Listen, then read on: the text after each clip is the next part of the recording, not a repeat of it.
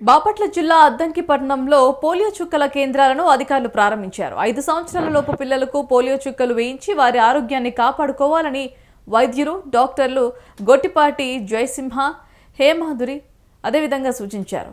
RTC bus stand, వ్యవసాయ market, municipal office వద్ద ఏర్పాటు చేసిన పోలియో కేంద్రాల్లో ఏఎన్ఎంలు, ఆశా వర్కర్లు చిన్నారులకు పోలియో చుక్కలు వేశారు.